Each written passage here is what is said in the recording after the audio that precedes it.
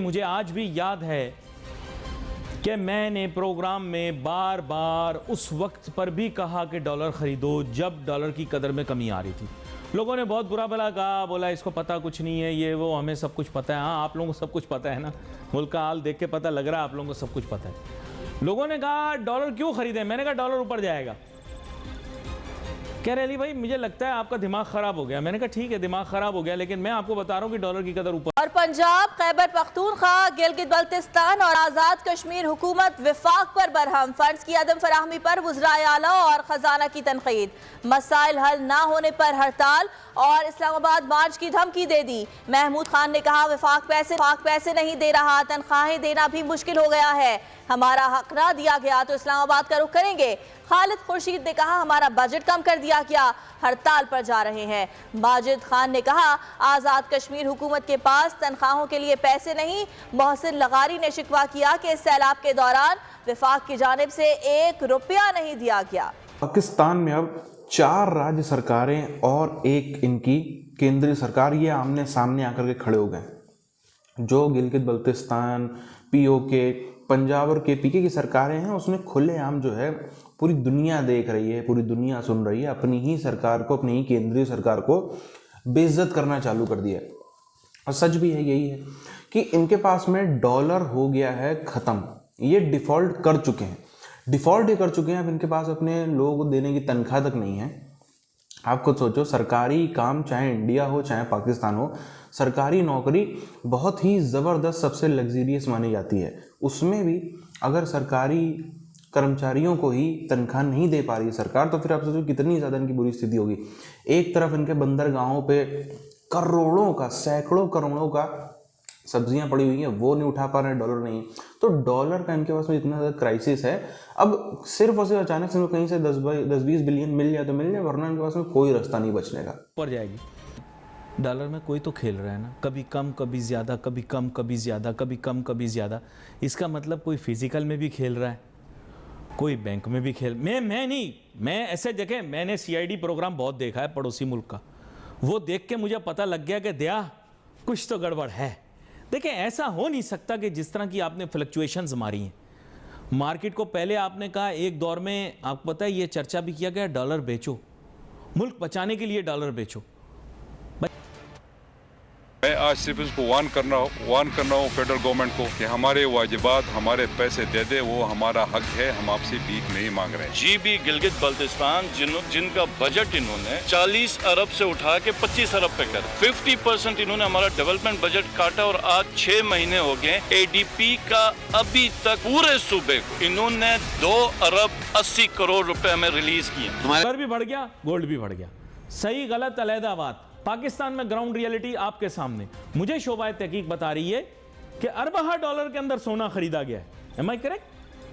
8 अरब डॉलर का सोना खरीदा गया है पिछले 3 महीने में। ये शोबाए तहकीक हमारी बता रही है, ठीक है जी। पंजाब का इस वक्त जो है 176.4 बिलियन के आउटस्टैंडिंग हैं जो वफाकी हुकूमत में नहीं दे रही। सबका अपना हिस्सा है, ये कोई वफाकी हुकूमत हम पे एहसान नहीं करती, ये हमारा हिस्सा है जो कि हमें मिलना चाहिए और नहीं मिल रहा। 70 अरब रुपए नाला लई के लिए रख सकते हैं। रियासत आजाद जम्मू और कश्मीर के लिए 28 अरब देने के लिए आपके पेट में मरोड़ पड़ते हैं। जो हमारा डेवलपमेंट का चंक था, जो इस दफा इन्होंने कमिट किया हमारे साथ, वो 28 अरब था, तो वो इन्होंने 26 अरब कर दिया। 26 अरब के बाद इन्होंने हमें फेडरल पीएसडीपी में बिल्कुल कैप कर दिया। कैप करने के बाद जो फिजिकली फैक्चुअल इन्होंने हमें एलोकेशन की, वो 19 अरब के ऊपर हमें लेंगे।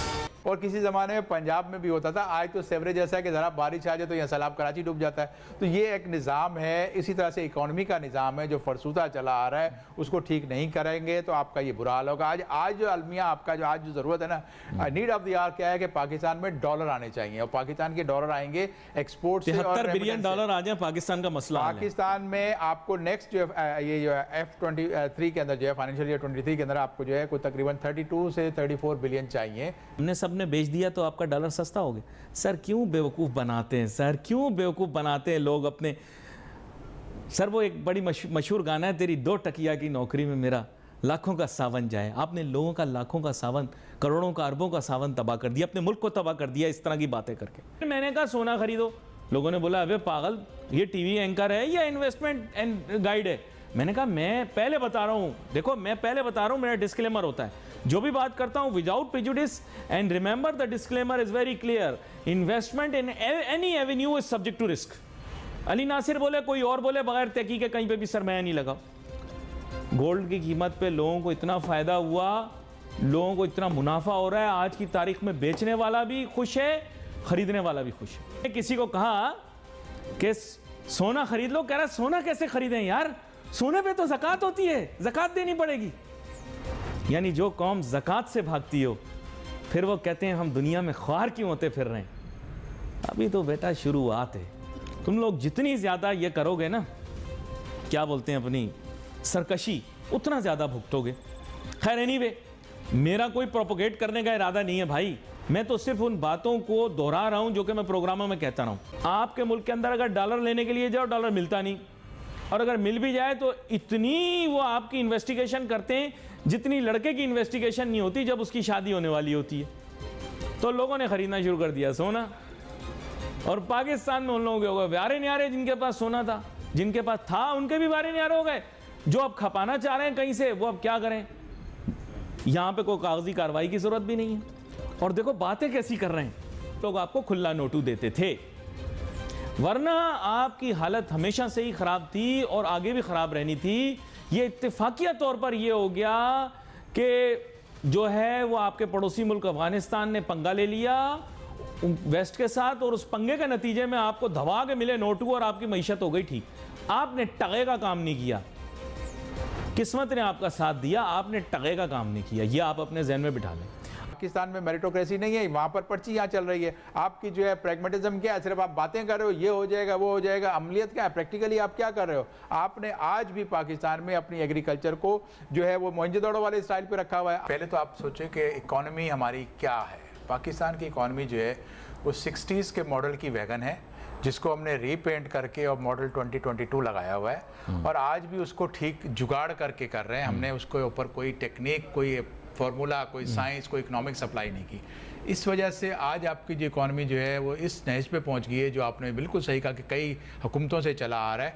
मेरे हिसाब से कोई अराउंड 42 ईयर्स से ये बिगाड़ शुरू हुआ, और एक बहुत बड़ा है ऐसा तबका जो होर्डिंग करता है आपकी हर चीज़ की, और सट्टा करता है हर चीज़ का। ऑन व्हाट्सएप ग्रुप पे, फेसबुक ग्रुप पे, सब पे ये बने हुए ग्रुप्स, और वो सारे सट्टे। मुझे पता है आप कहाँ आ रहे हैं। तो बात ये है कि जब आपकी इकोनॉमी जो है इस तरह से आपके दोस्त हैं, आपसे नाराज होंगे, मैं तो सबको वैसे ही नाराज रखता हूँ।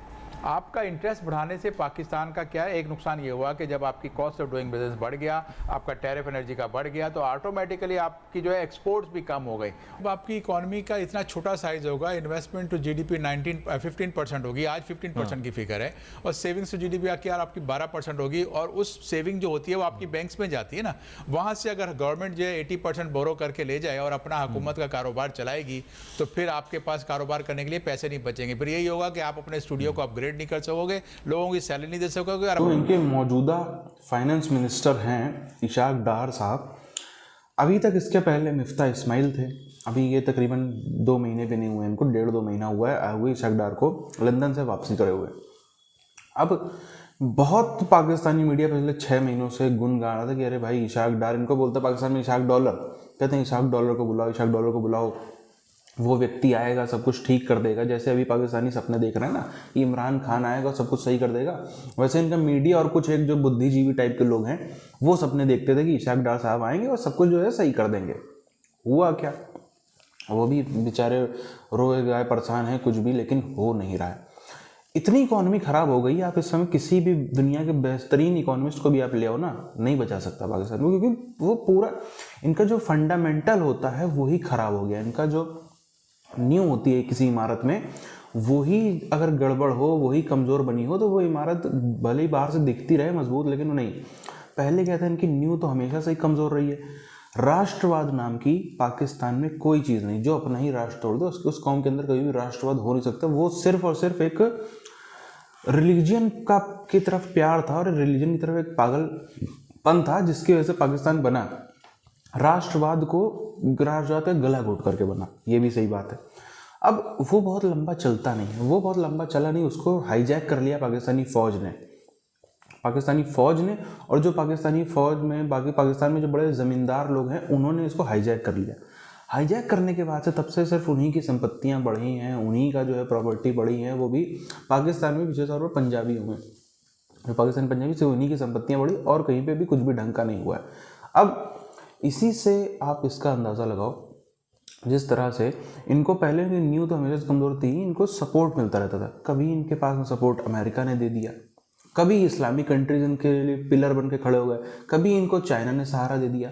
ये सब सहारे जो लोग देते रहे तो पाकिस्तान को लगा मैं ही अपने आप में जो हूँ शक्तिमान हो गया हूँ, मैं ही सुपरमैन हो गया हूँ। जहाँ सहारा खींचा, अमेरिका ने खींचा, चाइना ने खींचा, अब तो इनके पास में कोई सहारा नहीं है। जब इनके पास में कोई सहारा नहीं है तब असलियत इनको पता चल रही है कि गुरु क्या थे और कहाँ पहुँच गए। यही था ये चीज़ जो आज हो रही है पाकिस्तान के संग में। अगर भारत में नेतृत्व सही होता, बेहतर होता, तो ये 1965 आते आते पाकिस्तान की हालत आ जानी चाहिए थी। आज पाकिस्तान इस स्थिति में होता ही नहीं।